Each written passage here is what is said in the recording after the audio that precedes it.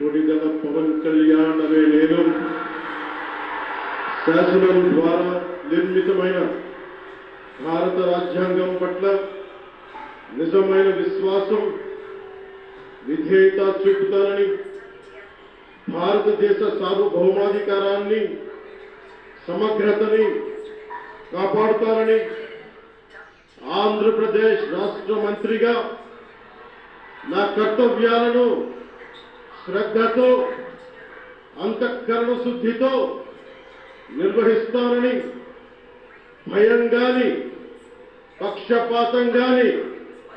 రాగద్వేషాలు గాని లేకుండా రాజ్యాంగాన్ని శాసనాలని అనుసరించి ప్రజలందరికీ న్యాయం చేకూరుస్తానని